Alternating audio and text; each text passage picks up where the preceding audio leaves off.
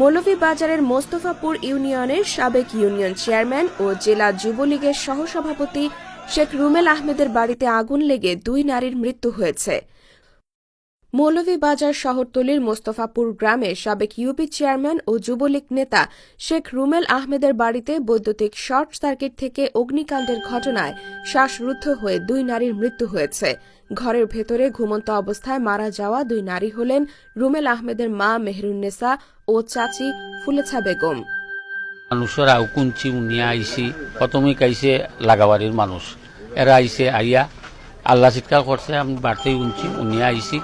Hour পরে বহুত চেষ্টা করছি, আমরা চেষ্টা করার পরে অনেক পরে আইসে ফায়ার সার্ভিস আওয়ার পরে ফায়ার সার্ভিসে এটা নিয়ন্ত্রণে নিছে, নিয়া তারা পরে আমরা এটা বাংছি বাড়িয়ে দরজা উঠা বাঙ্গিয়া লাশে বা করছি, 2জন ডেড পাইছি ভিতরে।